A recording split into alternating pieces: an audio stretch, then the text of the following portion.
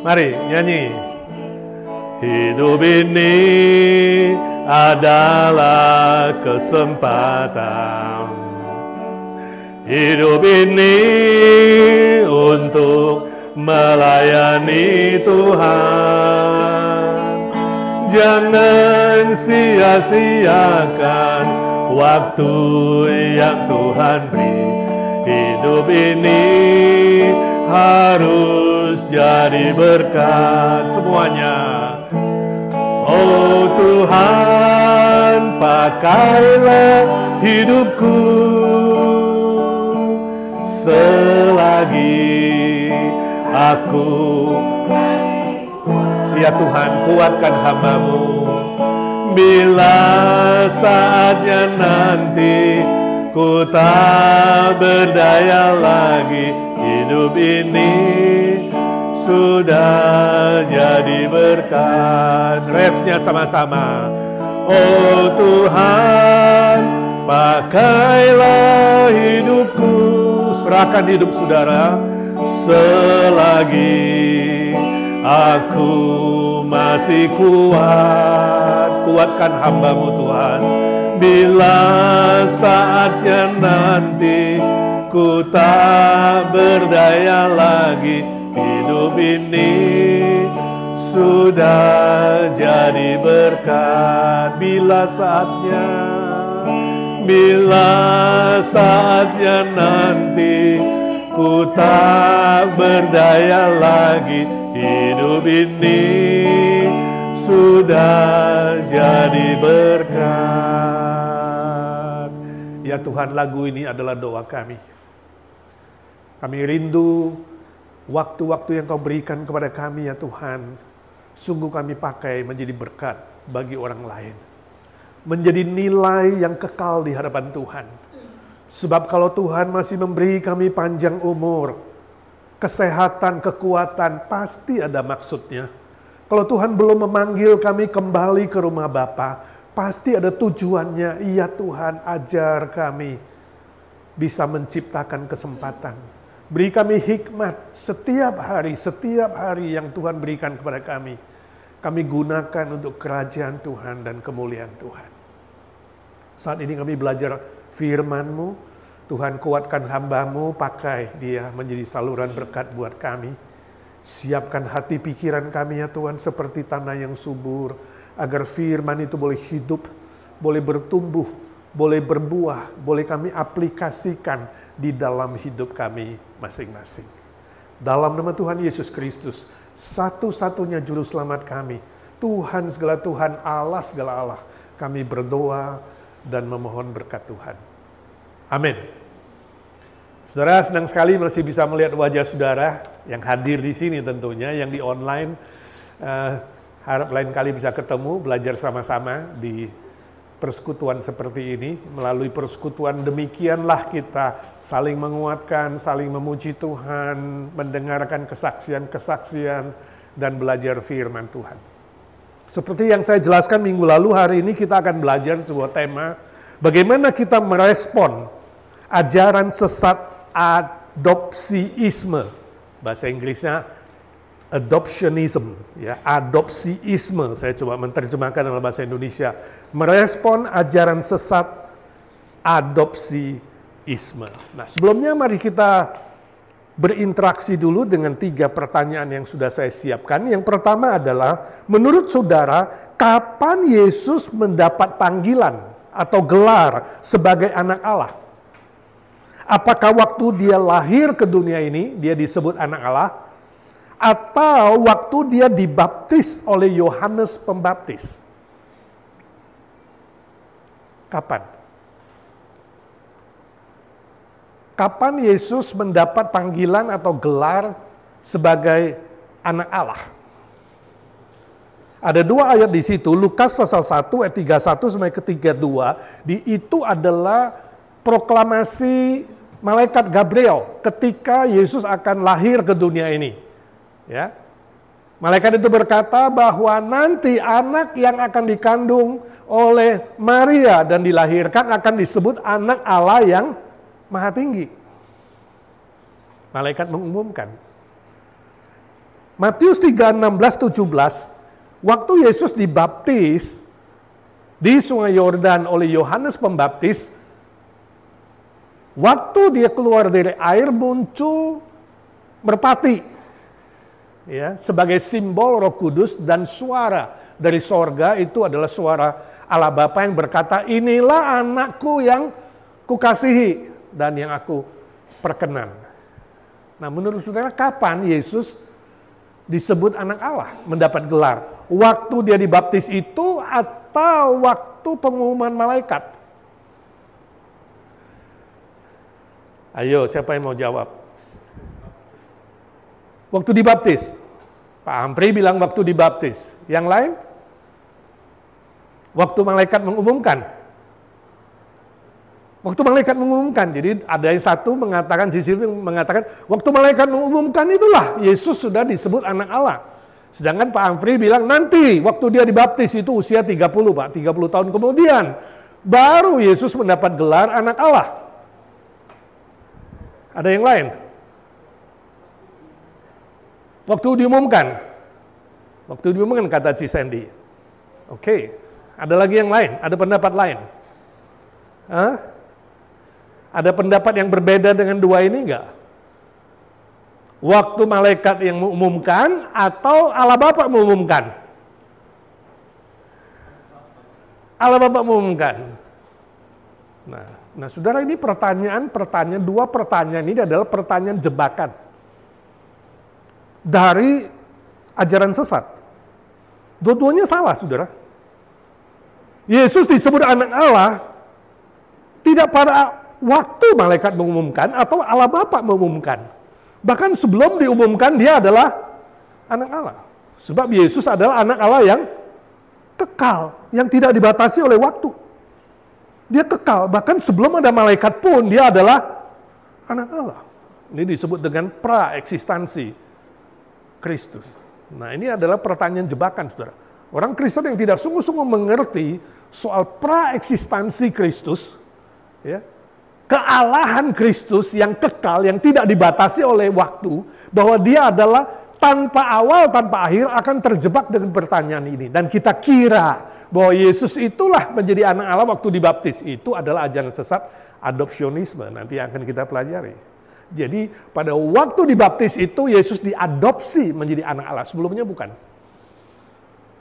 Ya, termasuk juga waktu malaikat mengumumkan, tapi dia belum lahir. Yang mengatakan, ya udah malaikat udah umumkan. Tapi apakah sebelum malaikat umumkan dia bukan anak Allah? Nah, ini menjadi pertanyaan besar. Yang seharusnya tidak boleh dimengerti oleh orang Kristen seperti itu. Sebab kita yakin Yesus Kristus adalah anak Allah sebelum ada ciptaan apapun di muka bumi ini. Sebab dia kekal selama-lamanya. Selama-lamanya tanpa dibatasi oleh waktu. Dia tanpa awal dan tanpa akhir. Setuju? Amin? Itu ajaran yang benar. Itu ajaran Alkitab. Ya. Oke, jadi saudara jangan terjebak oleh dua pertanyaan yang menjebak ini. Ya. Dua-dua tidak betul. Nomor dua. Menurut saudara, siapa yang lebih duluan ada di dunia ini? Yesus Kristus atau Konfusius? Atau Siddhartha Gautama? Yesus atau Siddhartha Gautama? Yesus atau Konghucu? Nah, saudara, waktu di Jakarta saya pernah ditanya oleh seorang bapak, om, ya. Dia bilang, kamu cerita Yesus untuk saya. Kamu tahu, ya, Buddha itu, Siddhartha Gautama itu lebih duluan tahu. Bahkan Konghucu, Konfusius itu lebih duluan dari Yesus. Bagaimana kamu menjelaskan ini? Nah, saya nggak tahu kalau ada temanmu bertanya begitu kepada kamu. Siapa lebih dulu? Yesus apa Konghucu? Konfusius. Yesus apa Siddhartha Gautama? Siapa lebih duluan? Nah, bagaimana saudara jawab? Kalau saudara membaca Yohanes pasal 8 nanti di rumah, 56 sampai 59, pertanyaan yang sama ditanya oleh orang Yahudi kepada Yesus. Ketika Yesus mengatakan bahwa apa? Bahwa Abraham, bapak yang mereka orang Israel paling mengagungkan Bapak Abraham, mengerti? Ya, itu sebabnya Allah mereka disebut Allah Abraham, Allah Ishak, Allah Yakub. Itu tiga tokoh yang sangat-sangat besar. Ya, ketika Yesus mengatakan Abraham pun itu, ya, menyaksikan bahwa dia adalah Allah, anak Allah. Lalu mereka bilang, kamu siapa? Anak kemarin kamu. Ya, kamu anaknya Yusuf dan Maria. Abraham itu bapak kita sudah ribuan tahun. Berani kamu bilang begitu? Lalu Yesus menjawab mereka. Yesus bilang, sebelum Abraham lahir, aku sudah ada. Nah, ini menunjukkan praeksistensi Kristus sebelum Abraham, karena memang dia adalah Allah yang kekal, anak Allah yang kekal. Jadi siapa duluan, Konghucu atau Siddhartha? Nah, saya jelaskan sama Om itu yang tanya saya. Saya bilang, Om, kalau secara fisik badan, lahir di bumi, memang Siddhartha duluan dan Konghucu duluan. Tapi itu tidak berarti bahwa Yesus itu lebih belakangan eksistensinya, keberadaannya dibandingkan Konghucu dan Gautama. Ya, bahkan kepada Abraham pun Yesus bilang, sebelum Abraham ada, aku sudah ada. Dalam bentuk apa? Roh tentunya, ya. Sebab anak Allah itu adalah roh, putra Allah itu roh adanya. Sebelum inkarnasi ke dunia ini, Yesus sudah ada belum? Ada. Dia kekal selama-lamanya sebelum inkarnasi. Ya, jadi secara eksistensi, secara keberadaan, tentu Yesus duluan sebab dia kekal, tidak dibatasi waktu. Tapi secara fisikal seperti kita, pakai darah dan daging, Yesus baru inkarnasi tahun berapa? Sesudah, ya, 551 sesudah Konghucu, karena Konghucu lahir 551 BC, before Christ, right? Dan Gautama, gak terlalu jelas, ada yang bilang 583, ada yang bilang 563 BC, itu Gautama. Secara kelahiran, physically, memang Yesus belakangan. Tapi secara keberadaan, eksistensi, keberadaan, Yesus itu sudah ada dari kekal sampai kekal. Nah, ini perlu saudara pegang baik-baik sebagai orang Kristen, orang yang percaya. Saudara harus yakin bahwa Yesus itu tidak dibatasi ruang dan waktu. Ya. Pada mulanya adalah firman, firman itu bersama dengan Allah dan firman itu adalah Allah, ya kan? Yohanes 1 ayat 1 sampai 3. Segala sesuatu dijadikan oleh firman. Tiada satupun yang jadi di muka bumi ini tanpa diciptakan oleh sang firman. Lalu ayat 14, firman itu menjadi manusia. Jadi firman yang roh memakai darah daging jadi manusia, itulah Yesus Kristus. Itulah kelahirannya pada Natal. Seperti C.S. Lewis mengatakan, kita semua adalah roh yang memakai tubuh. Jadi Yesus yang roh, yang kekal itu meminjam rahim Maria. Gak ada persetubuhan antara Yusuf dan Maria. Meminjam rahimnya dengan dinaungi oleh Roh Kudus, lahir jadi bayi. Ya, itu sebabnya Yesaya, nubuat Yesaya dalam perjanjian baru, perjanjian lama itu 500 tahun sebelum Yesus lahir, Yesaya 9 ayat 6 mengatakan apa? Bahasa Inggris agak beda, bahasa Inggris mengatakan for unto us a child is born. Child, lalu bilang apa? A son is given unto us. Ini penulis lagu Felix Mendelssohn menuliskan The Messiah. Ada lagunya For unto us a child is born. Jadi kepada kita diberikan a child, lahir secara biologis, a child. Tapi waktu bilang son, putra Allah, Alkitab Indonesia menerjemahkan anak dan putra, ya. Tapi Inggris menerjemahkan child and son. A son nggak dibilang lahir, a son dibilang apa? Given. A son is given. Ya. Sebab son itu sudah ada sejak kekal sampai kekal. Child baru born lewat Maria. Ya. Jadi son sama child beda. Makna biologis dan makna teologis. Anak itu adalah makna teologis. Makanya orang-orang Muslim biasanya salah mengenal Kristus, Nabi Isa. Ya, kenapa sih orang Kristen bilang itu Yesus anak Allah? Ya kan? Allah kan nggak bisa beranak. Karena mereka mengerti anak sebagai apa? Biologis. Kelahiran daging. Kita mengerti anak sebagai teologis, makna spiritual. Nama, panggilan, gelar. Beda nggak?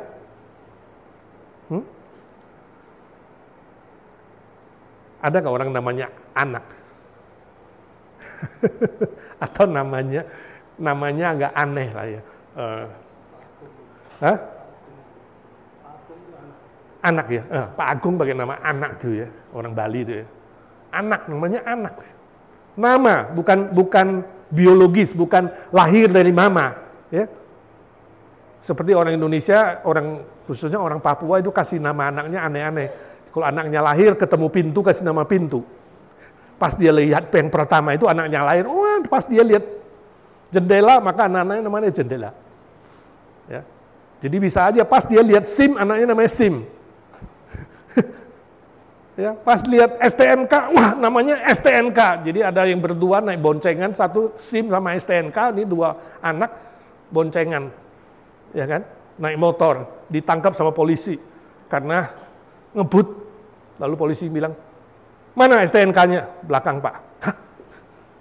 Saya minta STNK." "Ya belakang, Pak." "Kamu jangan main-main ya." "Mana SIM?" "Depan, Pak," kata yang belakang. Jadi yang satu namanya SIM, yang satu namanya STNK. Polisi bilang, "Kamu berdua main-main ya, mau cari gara-gara ya?" Kok polisi tahu? Memang kita mau cari teman saya. Teman kami namanya gara-gara, Pak. Marganya si Tompul. Jadi hari ini kita harus mengerti anak itu sebagai nama teologis, bukan makna biologis. Mengerti, saudara? Sehingga ada orang salah mengerti. Kalau Yesus anak Allah, ya, berarti Allah Bapa menikah dengan Maria, melahirkan Yesus. Itu konsep biologis. Jadi ngaco semua. Ya, saya ingin saudara hari ini mengerti anak sebagai nama. Gelar anak Allah. Dari kekal sampai kekal. Ya, sebuah panggilan. Oke? Cukup jelas nomor 2, jadi jelaskan kepada orang yang bertanya, siapa duluan? Memang secara kelahiran fisik, a child is born, Yesus belakangan. Tapi a son is given, son itu bukan born, tapi given to us. Makanya Yohanes 3 ayat 16 mengatakan, karena begitu besar kasih Allah akan dunia ini, sehingga diberikannya, given to us. The only begotten son. Jadi, son itu adalah given to us. Makanya indah sekali tulisan Mendelssohn, lagunya begitu akurat. For unto us a child is born, a son is given. Dua istilah yang sungguh berbeda. Dan kita bisa mengerti di situ makna biologis dan makna teologis. Jangan dicampur-campur, Alkitab begitu jelas. Yesaya 9 ayat 6, pulang baca lagi. Ya. Oke, ketiga. Bila ada teman saudara yang bertanya, kenapa saudara percaya Yesus itu adalah Allah yang sejati, pencipta langit dan bumi, alam semesta ini? Apa kira-kira jawab saudara? Saudara percaya Yesus adalah Allah nggak? Amin? Ayo jawab. Saudara percaya Yesus Kristus adalah Allah? Sang pencipta, Jehovah, Allah yang maha kuasa, pencipta langit bumi? Amin? Buktinya apa? Misalnya temanmu tanya, buktinya apa? Apakah Yesus sendiri pernah bilang dari mulutnya bahwa dia adalah Allah yang sejati? Pernah nggak? Nah, kamu sebagai orang Kristen bisa jawab nggak? Ini juga pertanyaan yang ditanya oleh cukup banyak orang Indonesia, teman-teman saya di Indonesia. Ada satu malah telepon, "Pak, tolong kasih saya ayatnya. Ada nggak ini Yesus sendiri bilang dia Allah?"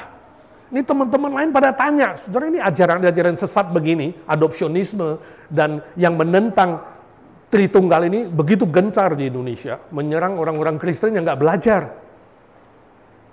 Pernah nggak Yesus bilang sendiri bahwa dia adalah Allah? Termasuk kawan-kawan yang latar belakang Muslim. Mereka bilang, Yesus sendiri nggak pernah bilang kok bahwa dia adalah Allah. Kok kalian percaya dia Allah? Itu ajaran yang salah, kamu telah mengalahkan manusia. Wow, ya. Bagaimana saudara menjawab itu coba kira-kira ya? Tadi saya udah kutip Yohanes 1 ayat 1 sampai ke 3. Pada mulanya adalah firman, ya. Firman itu yang menciptakan segala sesuatu, dan firman itu menjadi manusia. Ayat 14, ayat 18 kemudian mengatakan dari Yohanes pasal 1, tidak ada seorang pun yang pernah melihat Allah.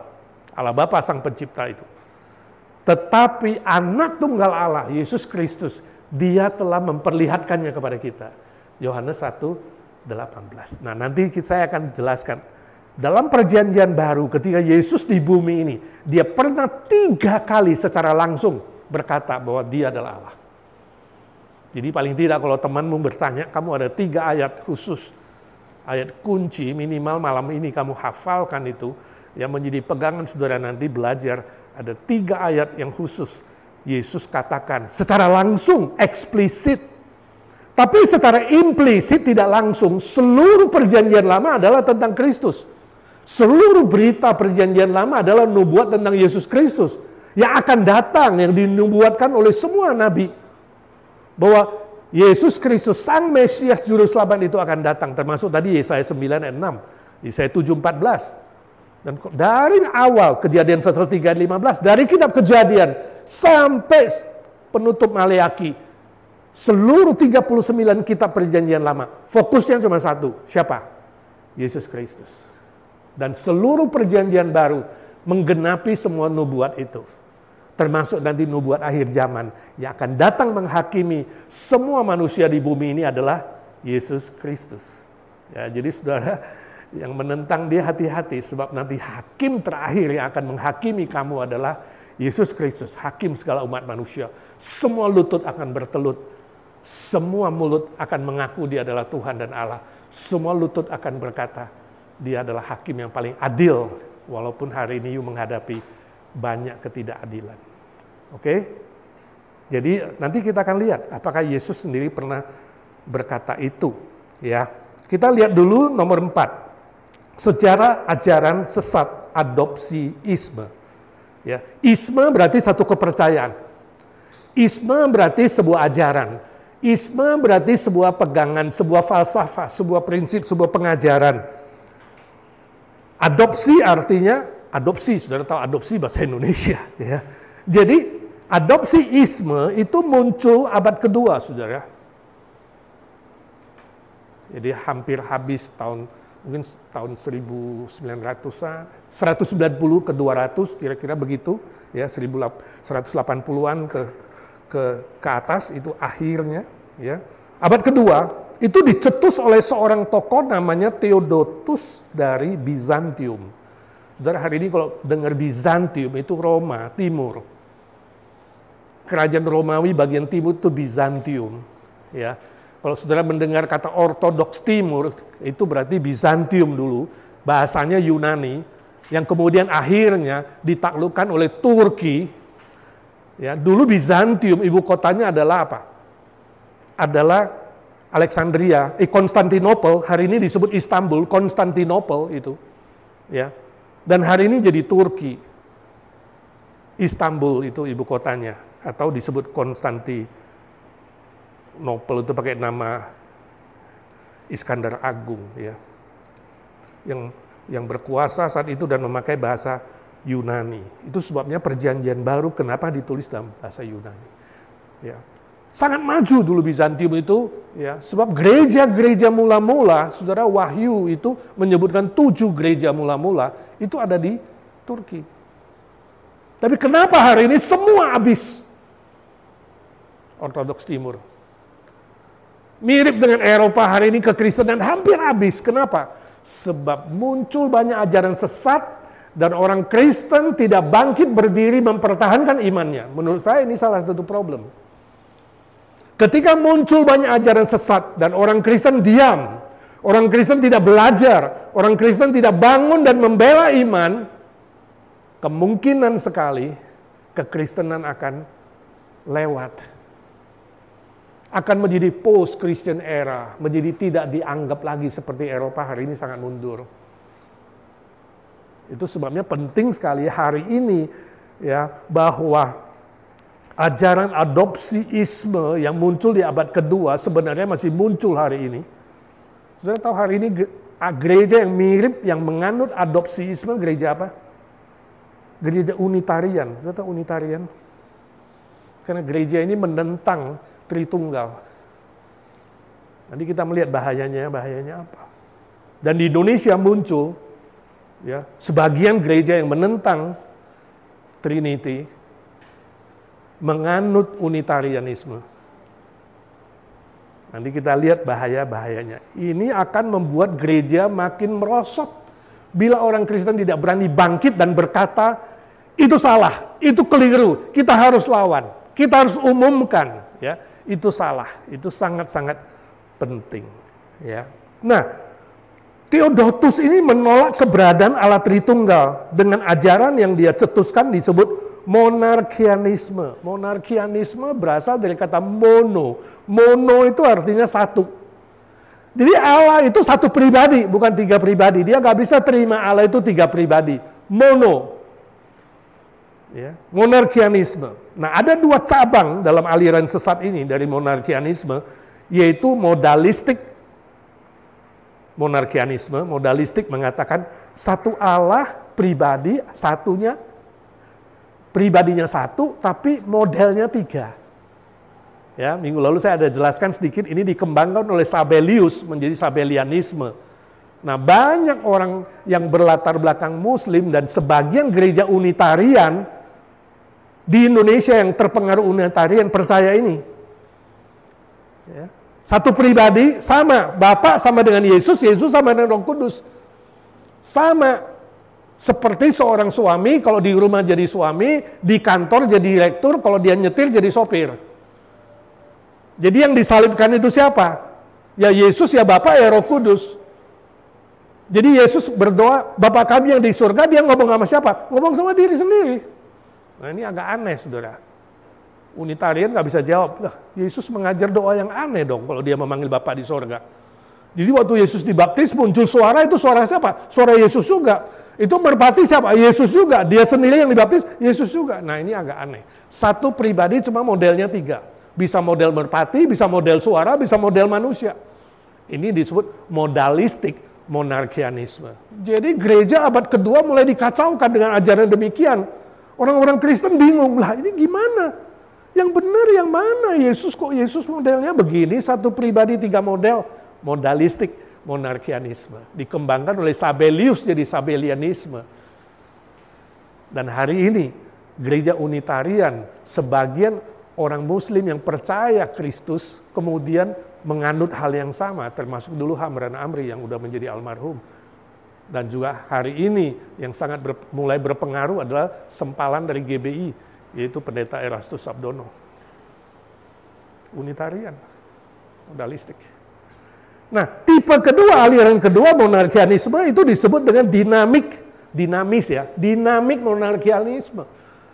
Jadi monarkianisme yang dinamis maksudnya satu Allah ya, yang nggak kelihatan, tapi dinamis. Dia roh nggak kelihatan, tapi dia dinamis. Hidup bergerak.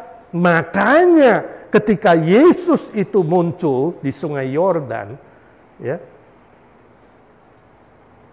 Allah yang dinamis itu mengadopsi Yesus menjadi anaknya. Nah ini dari dinamik monarkianisme ini kemudian lahir ajaran sesat adopsiisme. Mereka bilang, memang betul Yesus lahir dari perawan Maria. Mereka bisa menerima Yesus lahir dari perawan Maria. Sebenarnya itu udah mujizat, betul nggak? Kalau percaya begitu harusnya percaya praeksistensi. Tapi anehnya menolak praeksistensi Kristus. Yesus lahir dari perawan Maria, makanya dia adalah manusia yang paling saleh di bumi ini. Ya. Paling saleh, walaupun nggak dibilang sempurna. Ya. Paling saleh, paling baik, paling bener lah, karakternya moral, secara moral Yesus itu paling top. Ya. Karena dia bisa memelihara moralnya sampai usia 30 dia dibaptiskan. Pada usia 30 dibaptiskan itulah Yesus diadopsi oleh Allah yang tidak kelihatan itu menjadi anaknya. Makanya dia disebut anak Allah. Kapan Yesus mulai disebut anak Allah? ketika dia dibaptiskan dan suara Bapa di sorga meneguhkannya. Ini adopsionisme. Ini adopsiisme. Ya. Langsung kemudian tahun 325 AD, saudara, semua bapak-bapak gereja yang memegang firman Tuhan di abad itu, mereka bersidang, kita harus ketemu. Sebab ini Theodotus ini ajarannya sudah merajalela kemana-mana, melahirkan banyak murid-murid, pengikut, termasuk Sabellius, termasuk kemudian Paul Somasata, ya. Samosata, bukan Somasata, Samosata. Dan beberapa murid-murid lain, mereka mulai menyebar. Lalu bapak-bapak gereja mengatakan, kita harus ketemu. Kembali kepada firman Tuhan, kembali kepada ajaran para rasul abad pertama. Mereka sidang bersama di Nisea tahun 325, dan kemudian mengumumkan, memproklamirkan dalam sidang Nisea itu, bahwa Yesus Kristus itu satu hakikat dengan Bapa. Bahwa Allah yang kita percaya itu satu Allah, tiga pribadi. Ada Bapa, ada Putra, ya, Anak, dan ada Roh Kudus. Tiganya sama, nggak ada siapa lebih besar dari siapa. Sebab tiga-tiganya kekal selama-lamanya, tidak dibatasi waktu. Tapi apakah sama dengan tiga? Tidak, naturnya satu. Kemudian Tertullianus, Bapak Gereja, mengatakan, kalau begitu kita bisa sebut dengan Allah Tritunggal.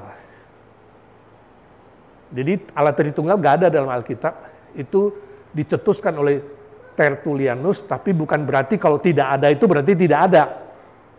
Istilah itu tidak ada, tetapi kesaksian Alkitab mengatakan memang satu Allah, Allah yang esa, tapi ada tiga pribadi. Bukan satu pribadi tiga model, tetapi satu Allah tiga pribadi dan setara. Itu diumumkan di Nisea. Kemudian diteruskan di Konstantinopel, ibu kota dari Bizantium. Ya. Kemudian diteguhkan lagi Chalcedon 451. Dan kemudian sekali lagi sidang Toledo 589. Ajaran tentang Allah Tritunggal, yaitu satu Allah tiga pribadi, Bapa, Anak, dan Roh Kudus yang setara. Itu diterima oleh semua gereja ortodoks, gereja mula-mula yang memegang ajaran para rasul sesuai dengan firman Tuhan. Sampai reformasi, sampai hari ini. Dan saya harap saudara berpegang teguh pada ajaran seperti itu. Jangan menyimpang kepada yang lain. Amin. Itu ajaran ortodoks. Artinya ajaran mula-mula yang dipegang gereja sesuai dengan kisah para rasul. Ya, sesuai dengan ajaran para rasul di abad pertama. Itu ortodoks. Nah sekarang kita lihat, apa bahayanya ajaran sesat adopsiisme? Pertama, mereka menolak konsep praeksistensi Yesus Kristus. Bahwa sebelum Yesus dibaptis, dia bukan anak Allah. Ada yang bilang sebelum Yesus diumumkan oleh malaikat, dia bukan anak Allah. Praeksistensi, sebelumnya Yesus gak ada. Dia gak pernah eksis. Hal ini sama dengan menolak kealahan Kristus, bahwa dia bukan Allah, sebab dia ada awal. Ingat, ya, kalau Allah pasti tidak ada awal, tidak ada akhir. Kalau manusia, ada awal, tidak ada akhir. Sebab saudara, akhirnya saudara ide neraka atau sorga. Percaya Yesus, sorga, menolak Yesus, neraka. Ya. Jadi ada roh, nafas dari Allah itu menjadikan kekal. Allah tidak ada awal, tidak ada akhir. Manusia ada awal, tidak ada akhir. Binatang ada awal, ada akhir. Karena binatang nggak ada roh Allah. Jadi kita menolak ajaran liberal yang mengatakan di sorga nanti binatang peliharaannya masih hidup di sorga, ya. Membaptiskan kucing, anjing, dan yakin bahwa kucing, anjing nanti ikut masuk sorga. Ya, saya nggak tahu berapa zillion binatang peliharaan, belum lagi ikan koi dan semua binatang. Ya, ingat, binatang itu apa? Ada awal, ada akhir. Begitu mati selesai. Itu sebabnya binatang dimakan. Manusia jangan dimakan. Nah, kalau percaya Yesus itu ada awal, maka dia bukan Allah. Dia manusia biasa saja, walaupun dibilang saleh, tetap dia bukan Allah. Jadi yang kedua, konsekuensi logisnya bahayanya adalah menolak seluruh nubuatan Kristus dalam perjanjian lama. Jadi apa yang dikatakan perjanjian lama tentang Yesus itu salah. Mereka menolak. Ya, menolak itu. Itu konsekuensi logisnya. Sebab perjanjian lama udah menegaskan bahwa dalam penciptaan pun sudah muncul Kristus. Mula-mula. Ya, dia yang menciptakan segala sesuatu bersama dengan Bapa, bersama Roh Kudus. Itu ditolak juga. Ya. Akibat lain, Yesus Kristus bukanlah juru selamat yang menanggung dosa seluruh umat manusia, tapi hanya teladan bagi kita orang-orang berdosa. Supaya kita bisa meneladani moralnya. Ini gereja Unitarian, saudara. Ini ajaran sesat yang diajarkan oleh pendeta Erastus Sabdono di Jakarta. Maafkan saya harus sebutkan namanya sebab ajarannya sudah merambat kemana-mana walaupun dia pernah sama-sama saya melayani di Kalimantan. Teman tanda kutip, tapi temanku sebagai hamba Tuhan saya mau bilang ajaranmu sesat, Pak Erastus. Saya langsung WA Ketua Sinode GBI sebab dia keluar dari GBI, Gereja Bethel Indonesia. Pernah mengajar di STT Bethel di Petamburan, kemudian dia dikeluarkan. Dan Ketua Sinodenya juga teman saya, Pak Rubin, dia mengatakan kita sudah kirimkan surat apologetik, apologia, membela iman dan menegaskan ajaran beliau adalah salah dan menyesatkan. Dengan tegas, dia bukan orang GBI walaupun keluar dari GBI. Dia menyimpang dari semua ajaran firman Tuhan. Berbahaya, saudara. Unitarian. Terang-terangan dia menolak praeksistensi Kristus. Terang-terang dia menolak Yesus bukan Allah, hanya teladan bagi kita untuk menjadi orang yang saleh dan baik. Ini mengerikan, saudara. Kalau ajaran-ajaran begini menjalar kemana-mana. Saudara tahu tetangganya ya. Ini neighbor-nya adopsiisme itu ada sebuah ajaran sesat lagi abad kedua. Namanya ebionitisme, ebionit. Nah, ebionit itu bau-bau Yahudi sedikit. Hari ini dipegang sama sebagian orang Advent. Ya, kalau ini Unitarian, kemudian nanti mirip Saksi Jehova, menolak Yesus adalah juru selamat. Saksi Jehova, ajaran sesat Saksi Jehova. Ini anaknya, cucunya dari adopsiisme. Ya. Nah, tapi kalau Saksi Jehova itu dekat dengan ebionit, ebionit itu tetangganya, ini saudara sepupunya adopsiisme. Mereka mengatakan justru Yesus satu-satunya orang yang sanggup melakukan seluruh hukum Taurat. Sebab itu jadi orang saleh. Sebab orang yang saleh atau tidak saleh tergantung apakah dia bisa melakukan semua hukum Taurat. Orang Yahudi fail tapi Yesus berhasil. Karena dia berhasil, maka dia diadopsi menjadi anak Allah. Jadi hari ini kalau saudara mau jadi anak Allah, saudara harus bisa meneladani dia. Bayangkan ini ajaran yang membuat beban berat, mengerti? Gak ada seorang pun yang bisa mentaati ratusan hukum Taurat, mengerti? Ini gak baca perjanjian baru ketika Yesus menegur orang Farisi, menegur ahli Taurat, ya, semua munafik palsu.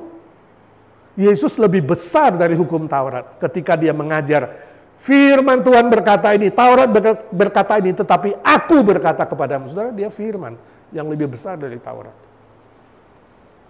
Nah ini seneng nih, ebionit ini, ya. Jadi mau mengajak orang Kristen, ayo balik seperti orang Yahudi. Kita ikutin semua hukum Taurat supaya kamu meneladani Kristus. Kristus saudara yang sulung, kamu saudara-saudara berikutnya. Ya, kita meneladani dia. Danger, saudara. Sebab itu, kalau saudara percaya ini tidak ada seorang pun yang bisa diselamatkan. Keselamatan nggak ada, sebab dia bukan juru selamat. Ya, semuanya berusaha punya moral yang sebaik mungkin. Padahal Alkitab mengatakan nggak mungkin. Justru kita tidak mungkin, maka kita perlu Yesus Kristus yang apa? Membayar hutang dosa kita. Saudara menangkap, itu anugerah. Keselamatan adalah anugerah. Keselamatan adalah pemberian. Keselamatan berdasarkan iman, anugerah dan pemberian Kristus, bukan usaha melakukan semua ajaran hukum Taurat yang ratusan itu. Kamu pasti akan gagal, gak ada seorang pun yang bisa berhasil. Itu tuh sebabnya C.S. Lewis, profesor yang sangat terkenal di Inggris, yang agnostik dan ateis tetangga. Ketika dia pelajari sejarah Yesus, dia bilang cuma ada 3 L, 3 option L. Yesus itu L pertama itu lunatic, orang gila. Crazy, karena kalau kita pelajarin dia punya ajaran-ajaran di sejarah, ini kayak orang crazy, betul nggak? Seperti orang gila. Atau L yang kedua adalah liar, dia bohong bahwa dia juru selamat. Tetapi dia bilang kalau kita pelajari semua ajaran dia, nggak ada yang bisa ketemu dia bohong, dia nggak pernah dusta. Kita bilang dia gila dalam arti sakit saraf, enggak juga, sebab di atas kayu salib, ketika dia menderita begitu berat, memang gila. Kadang-kadang dia sembuhin orang cuma pakai ludah gitu kan, pakai tanah, ya kan? Ajaran-ajarannya menerobos semua ajaran yang lain. Gila tanda kutip. Tapi kalau gila beneran, lunatic, no. Sebab dia bilang di atas kayu salib, 7 kalimat agung yang diucapkan Yesus, nggak ada satu maki orang, nggak ada. Justru kalimat pertama adalah Bapa, ampunilah mereka. Sebab mereka tidak tahu apa yang mereka perbuat. The true forgiveness, pengampunan yang sejati justru muncul dari salib. Dia gak mungkin gila. Dia gak mungkin sakit jiwa. Dan dia gak mungkin pembohong. Sebab gak ada satupun yang ketemu dia bohong. Saya sendiri, kata si Louis, aku mau cari kesalahan dia pun gak ketemu. Jadi kemungkinan yang ketiga cuma satu, yaitu apa? Dia Lord, dia Tuhan, dan dia Allah yang sejati. Lalu teman-temannya yang liberal yang nggak percaya Yesus ngejek dia. Mungkin dia manusia sempurna. Saudara, adopsiisme. Ya, mungkin ada yang keempat. Dia sebenarnya manusia yang sempurna. Dia saleh, dia perfect. Dia bisa perfect sampai nggak buat salah. Louis bilang apa? Ini orang jenius Louis itu. Dia bilang, kalau di bumi ini ada satu orang yang perfect dan sempurna, pasti dia Tuhan dan dia Allah. Sebab manusia gak mungkin. Saudara melihat? Gak ada satu manusia yang bisa perfect dan sempurna. Kalau ada satu orang yang perfect dan sempurna, pasti dia Allah yang jadi manusia. Itu sebabnya akhirnya Louis menjadi orang Kristen. Dan menulis banyak buku, dia teolog yang terkenal sampai hari ini.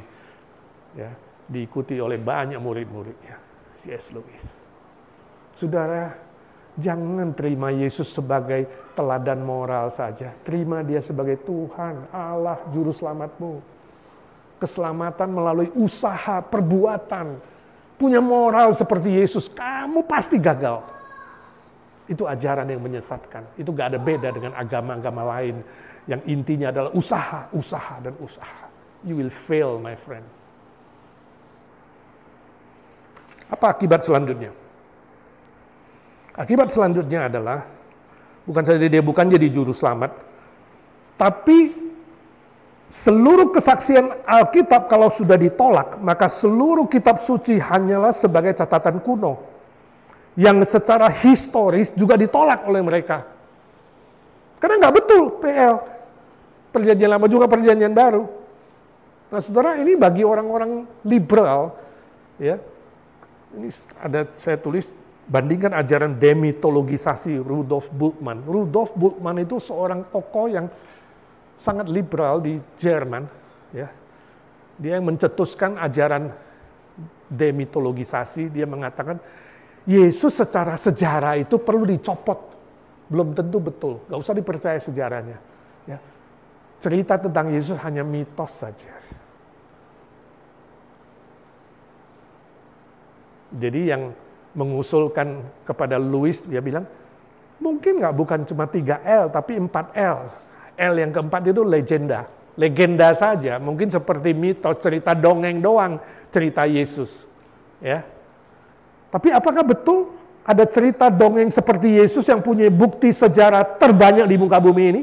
Catatan-catatan kuno tentang Yesus Kristus di seluruh museum terkenal di dunia ini, lebih dari 10.000 keping manuskrip yang sangat mahal, disimpan di museum-museum yang terkenal. Ada historisnya, saudara, ada sejarahnya. Yesus bukan dongeng, bukan mitos. Tapi kalau saudara percaya adopsiisme, saudara suatu hari akan percaya bahwa sejarah Yesus itu bohong.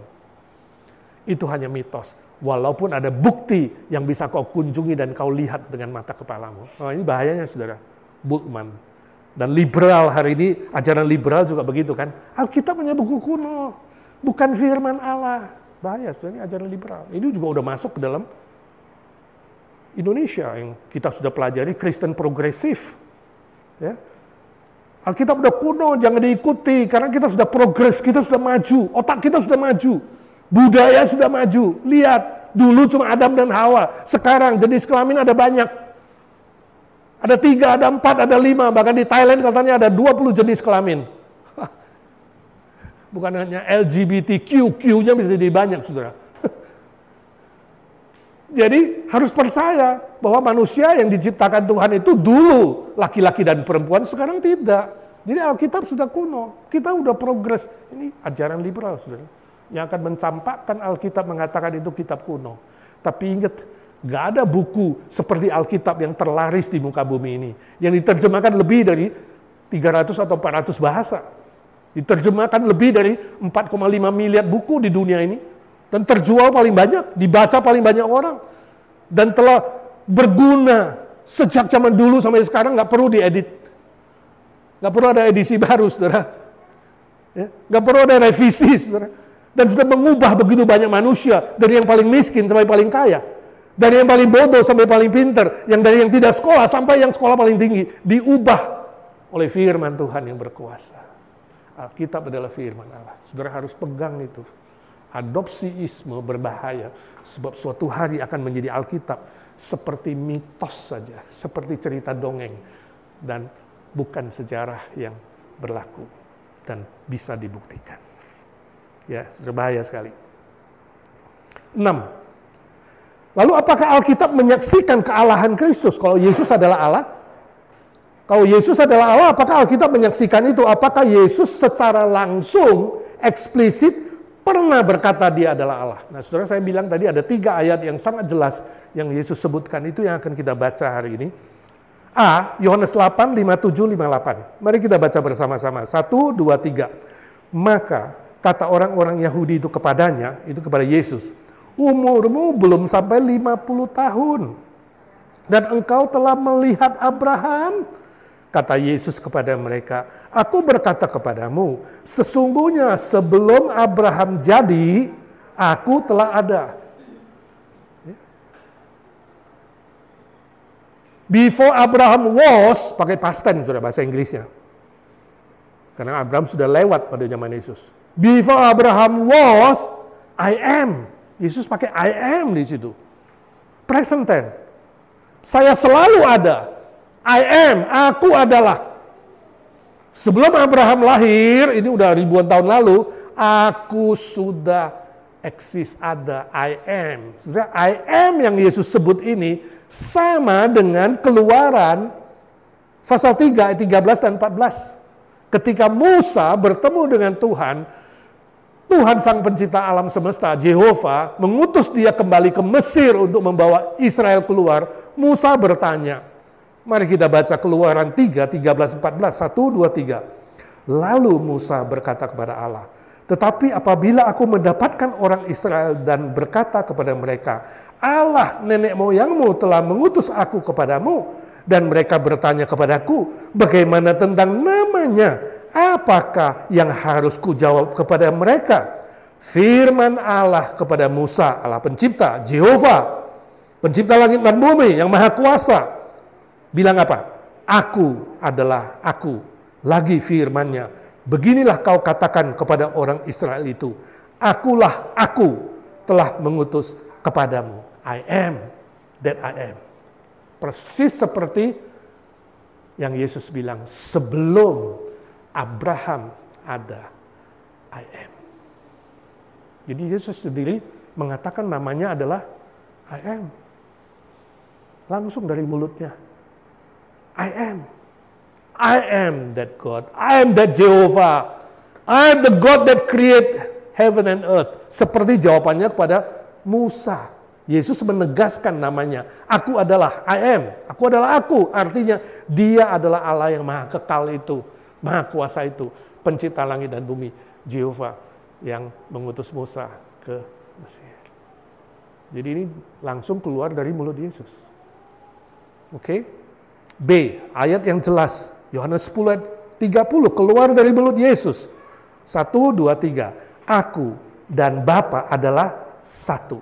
Yesus menegaskan bahwa dia dan Allah Bapa memiliki natur yang sama. Satu. Aku dan Bapa satu, bukan satu pribadi, satu natur, satu hakikat, satu esensi, satu zat. Kalau bahasa Indonesia suka pakai kata zat. Satu zat, ya, sama esensi. Konteksnya apa? Kalau saudara pulang baca Yohanes 10, konteksnya Yesus bilang, keselamatan kamu, domba-dombaku itu dijamin dipegang oleh tanganku dan dipegang oleh tangan Bapa. Aku yang memberi hidup kekal kepada kamu, keselamatanmu pasti kamu tidak akan binasa. Sebab kamu dipegang oleh tanganku dan dipegang oleh tangan Bapa. Dua pribadi di situ muncul yang memegang orang percaya. Yaitu tangan pribadi Kristus dan tangan pribadi Bapa. Dan duanya adalah satu esensi, satu hakikat. Roh Kudus di mana? Dimeteraikan dalam hati kita. Jadi sebenarnya keselamatan kita dijamin oleh Trinity. Ada 3 pribadi yang memelihara dan menjamin keselamatan kita. Itu sebabnya keselamatanmu pasti. Di situ muncul kata pasti. Bukan mudah-mudahan. Keselamatan orang Kristen bukan insya Allah, semoga, mudah-mudahan. No, pasti. Sebab itu keluar dari mulut Kristus. Puji Tuhan, puji Tuhan. Saudara yang sungguh-sungguh menerima Kristus sebagai Tuhan dan Juru Selamat, Allah Sang Pencipta yang menyelamatkan kamu itu. Keselamatanmu pasti, keselamatan orang Kristen yang sejati tak akan hilang. Ini juga perbedaan kita dengan sebagian gereja di Indonesia, sebagian gereja di sini, latar belakang Pentakostal, sebagian, ya, juga apalagi Assembly of God, dan beberapa gereja mereka percaya keselamatan bisa hilang, itu sebabnya harus berjuang. Pelihara dengan kekuatan sendiri. Itu salah besar, saudara. Sebab Yesus mengatakan, Dia yang menjamin, Bapa yang menjamin, dan Roh Kudus yang memeteraikan. Bukan usahamu memelihara, menjaga keselamatan. Bukan hari ini selamat, besok bisa gagal, nanti lusa dapat lagi, nanti 2 bulan hilang lagi. Bukan seperti itu. Sekali lahir, ya lahir. Seperti bayi lahir dari rahim mamanya, udah lahir gak masuk kembali ke rahim. Yang pasti kamu lahir beneran gak? Kalau kamu lahir beneran, kamu bertumbuh. Kalau kamu lahir beneran, kamu makin dewasa. Bukan seperti anak kecil. Ya, masalahnya lahir bener apa nggak lahir bener? Ya, pohon asli atau pohon plastik? Pohon asli pasti bertumbuh, pohon plastik tidak bertumbuh. Oke? Tapi poinnya di sini adalah Yesus ingin bilang, Dia dan Allah Bapa satu hakikat. Ini dari mulut Yesus sendiri. Langsung, ya, secara eksplisit.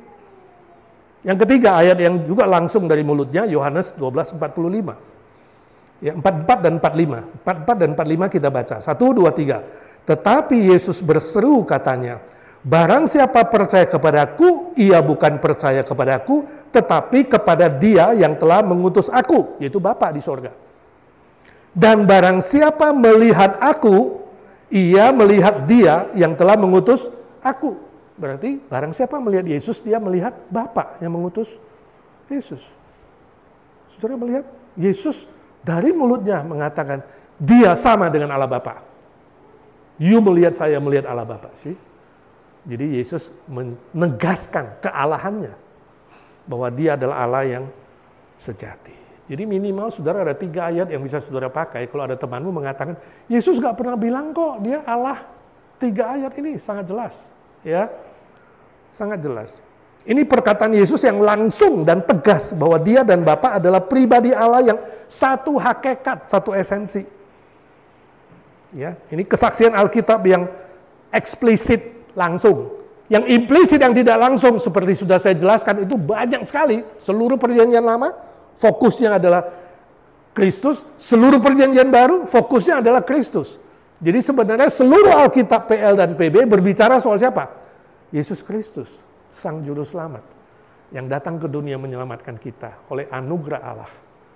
Yang kita terima dengan iman dan anugerah dan kemurahan Allah. Bukan oleh usaha kita sendiri. Efesus 2 ayat 8 dan 9. Bukan karena usaha kamu diselamatkan. Tapi karena kemurahan Allah. Dan karena iman kepadanya. Amin. Aplikasi buat kita apa? Ajaran praeksistensi Kristus dan kealahan Kristus seharusnya menguatkan iman kita. Jangan goyah. Ya. Jadi kalau hari ini ada yang tanya kamu, kenapa kamu bisa begitu teguh percaya Yesus satu-satunya juru selamatmu dan Tuhanmu dan Allahmu? Atau yo, peganganmu apa? Jawabanmu apa? Responmu apa? Paulus bilang, kalau Yesus tidak dibangkitkan, maka sia-sialah iman kepercayaan. Saudara, Yesus gak usah koar-koar. Dia bilang, aku Allah, aku juru selamat, gak usah koar-koar. Dari kematiannya salib, kita sudah melihat keagungan Allah. Kasihnya, keadilannya, pengampunannya ada di atas kayu salib. Buktinya apa? Dia bangkit. Kalau Yesus tidak bangkit, sia-sialah kepercayaan. Jadi sebenarnya untuk menjatuhkan kekristenan gampang nggak? Gampang, coba perlu satu. Buktikan Yesus nggak bangkit. Keluarkan mayat Yesus. Cari tulangnya bila perlu. Buktikan kubur kosong itu palsu. Tapi sampai hari ini sudah lebih 2000 tahun nggak ada yang bisa lakukan. Ya kan? Kalau memang pasukan Romawi di abad pertama, dan orang Yahudi mau buktikan dia bukan juru selamat, bukan Allah yang sejati, keluarkan aja mayatnya hari itu. Kalau bilang dicuri, cari dong. Kenapa tidak ada? Dari abad pertama sampai hari ini nggak pernah ketemu mayatnya. Kalau ada seorang yang bangkit dari kematian, nggak usah ngomong, kita pasti percaya dia adalah Allah yang sejati. Betul? Allah yang sejati, juru selamat yang sejati, Tuhan yang sejati. Jadi sebagai orang Kristen ingat, dua tiang Injil yang nggak bisa, atau yang tidak ada pada agama lain, yang tidak bisa disangkal adalah kematian Kristus yang menyelesaikan dosa, dan kebangkitan Kristus yang memberi kepastian keselamatan hidup kekal. Sebab dia hidup, bukan Allah yang mati. Karena dia hidup, dia mendengar doamu. Karena dia hidup, dia memelihara kamu. Karena dia hidup, dia menjamin keselamatanmu pasti. Dia pelihara sampai akhir. Jadi ini harusnya membuat lebih banyak bersyukur, betul nggak? Bersyukur setiap hari, seperti kesaksian Emi. Apapun yang terjadi. Ujian 2 kali gak lulus, bersyukur. 3 kali gak lulus, bersyukur. 100 kali pun bersyukur. Kenapa? Sebab semua pemberian. Bisa nggak 10 kali gak lulus? Bisa. Kalau nggak pernah belajar. Jadi untuk mereka yang mau ujian, saya bilang, selain doa, belajar. Betul nggak? Tapi tetap bersyukur dalam segala hal. Jangan cepat mengeluh, ya. Jangan cepat goyah. Orang kasih 2 pertanyaan, sudah nggak bisa jawab, sudah kemudian goyah dan meragukan Yesus. Kecuali you bisa buktikan kebangkitan itu palsu, baru kamu boleh ragu. Kecuali ada yang buktikan kebangkitan itu palsu, baru kamu boleh ragu. Tapi untuk mulai hari ini, ingat, kematian dan kebangkitannya itu cukup 2 tiang Injil yang kau kabarkan kepada siapapun di muka bumi ini. Amin. Juga teman-teman di Indonesia, termasuk Pak Erastus temanku, ingat Yesus bangkit, my friend. You buktikan dulu itu palsu, baru kamu bilang tidak ada praeksistensi. Bertobatlah kawanku. Gak ada yang bisa buktikan. Selain itu saya ingin saudara-saudara bisa mulai hari ini memberi jawab kepada siapapun yang bertanya. Secara bertanggung jawab, itu kata 1 Petrus 3:15, kita harus memberi jawaban dengan penuh tanggung jawab, tapi dengan sopan dan dengan ramah. 2 Korintus 10 ayat 5 mengatakan, peperangan rohani ini adalah menawan pikiran-pikiran yang menyimpang kembali kepada Kristus. Itu perjuangan kita. Jadi berdoa, jangan-jangan kamu sendiri hari ini, misi kamu di dunia ini mungkin adalah membuat orang yang masih ragu, membuat orang yang tersesat balik kepada Tuhan. Kalau kamu hari ini nggak tahu apa ya tujuan hidupku di bumi ini, aku nggak tahu ya untuk apa Tuhan kasih aku hidup. Jangan-jangan Tuhan mau pakai kamu untuk menyelamatkan 1 atau 2 jiwa yang tersesat, yang ragu, yang terjatuh. Kabarkan Kristus bahwa Dia sungguh-sungguh Allah yang sejati, Tuhan yang sejati, Juru Selamat yang sejati. Ya. Tawan pikiran-pikiran yang tersesat itu kembali kepada Kristus. Itu kata 2 Korintus 10 ayat 5 itu tugas kita. Yohanes 14 ayat 6 nggak pernah lupa, nggak pernah diucapkan oleh siapapun. Kalau Yesus bukan Allah dan bukan Juru Selamat dan bukan Tuhan, dia nggak mungkin berani berkata, akulah jalan, kebenaran, dan hidup. Tidak ada seorang pun yang datang kepada Bapa di sorga, kecuali melalui aku. Ini perkataan yang sungguh berani, betul nggak? Sebelum dia dan sesudah dia nggak ada yang berani ucapin begini. Itu dia belum bangkit loh, udah berani bilang, akulah hidup. Sebab dia tahu dia akan bangkit. Jangan ragu saudara, itu ayat yang powerful. Tidak ada seorang pun, sepintar apapun, sehebat apapun, sekaya apapun, sebanyak gelar berapapun, tidak ada seorang pun yang pergi ke Bapa di sorga, kecuali melalui Yesus Kristus. Itu proklamasi yang tidak bisa disangkal oleh siapapun. You mau bilang dia sombong, ya, tanda kutip, tapi bagi saya itu adalah kalimat yang tegas, bukan sombong. Bukan sombong negatif, tapi tegas secara positif. Supaya engkau tidak mencari Allah yang lain, tidak mencari juru selamat yang lain. Kalau hari ini saudara sedang mencari juru selamat, cukup tanya satu pertanyaan, apakah dia bangkit dari kematian? Kalau tidak, jangan percaya siapapun dia. Sebab sama seperti engkau, mati, dikuburkan. Tapi Yesus bangkit pada hari ketiga. Amin. Dan 1 Timotius 2 ayat 5 mengatakan, Yesus adalah manusia 100%, juga Allah 100%. Sebab dia Allah yang 100% menjadi manusia 100%. Dia bisa menjadi pengantara kita satu-satunya. Manusia berdosa kepada Allah Bapa di sorga. Dia pengantara yang sah, sebab Yesus Kristus memiliki dua natur yang sempurna. Allah yang sempurna menjadi manusia yang sempurna. Tanpa Allah yang sempurna, gak bisa jadi manusia yang sempurna. Sebab dari dulunya sejak Adam dan Hawa, tidak ada manusia sempurna. Kalau ada satu, pasti di Allah yang sempurna, yang menjadi manusia sempurna. Itu sebabnya di dalam 1 Timotius 2 ayat 5 mengatakan Allah itu Esa satu. Demikian juga Esa pengantara. Nggak ada pengantara yang lain, kawanku. Jangan cari pengantara malaikat, pengantara orang suci, ya, pengantara toko A, toko B, itu semua salah, itu berhala. Nggak ada pengantara lain. Berdoa cukup satu pengantara, Yesus Kristus pengantara satu-satunya. Antara engkau dan aku, manusia berdosa, kepada Allah Bapa di sorga. Sebab dia Allah yang sempurna dan manusia yang sempurna. Juru selamat pengantara, imam yang sempurna. Amin. Itu menjadi berita, pegangan. Saya harap itu menjadi pegangan dalam hidupmu. Untuk bisa terus setia beribadah kepada Tuhan. Setia melayani pekerjaan Tuhan. Giat mengabarkan Injil dan membela iman. Memenangkan jiwa dan membuat mereka yang tersesat kembali kepada Tuhan. Kembali kepada firman Tuhan. Amin. Tuhan memberkati saudara. Mari kita berdoa. Bapa di sorga, suara hamba-Mu sudah berhenti. Biarlah suara Roh Kudus terus bekerja di hati, di pikiran kami. Pelajaran hari ini biarlah menguatkan iman kami tidak goyah apapun yang terjadi. Walaupun banyak penderitaan atau banyak kesenangan, tidak membuat kami lupa atau meninggalkan Tuhan. Kami yakin 100% ya Tuhan Yesus, Engkau Allah yang sejati, Tuhan segala Tuhan, Raja segala Raja, Allah segala Allah yang menjelma menjadi manusia sempurna, menjadi pengantara kami satu-satunya kepada Bapa di sorga. Kami bersyukur ya Tuhan untuk kepastian keselamatan yang Kau berikan kepada kami. Ajar kami senantiasa bersyukur dengan sukacita dari sorga, damai sejahtera di sorga. Berikan kami tekad setia beribadah hanya kepadamu, satu-satunya pengantara kami kepada Bapa. Satu-satunya Allah yang patut kami sembah, patut kami puji, pencipta langit dan bumi, dan yang menciptakan kami, dan semua yang tercipta di muka bumi ini Tuhan. Engkau hakim segala hakim yang akan menghakimi seluruh umat manusia, termasuk iblis dan antek-anteknya.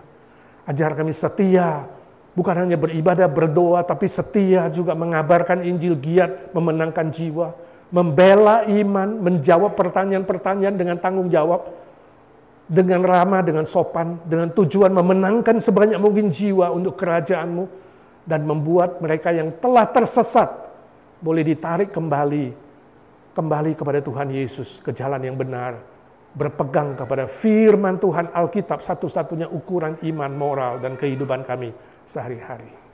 Terima kasih Tuhan Yesus, ajar kami bukan hanya menjadi pendengar-pendengar firman, tapi kami menjadi pelaku-pelaku firman Tuhan. Dalam nama Tuhan Yesus kami berdoa dan memohon berkat Tuhan. Amin.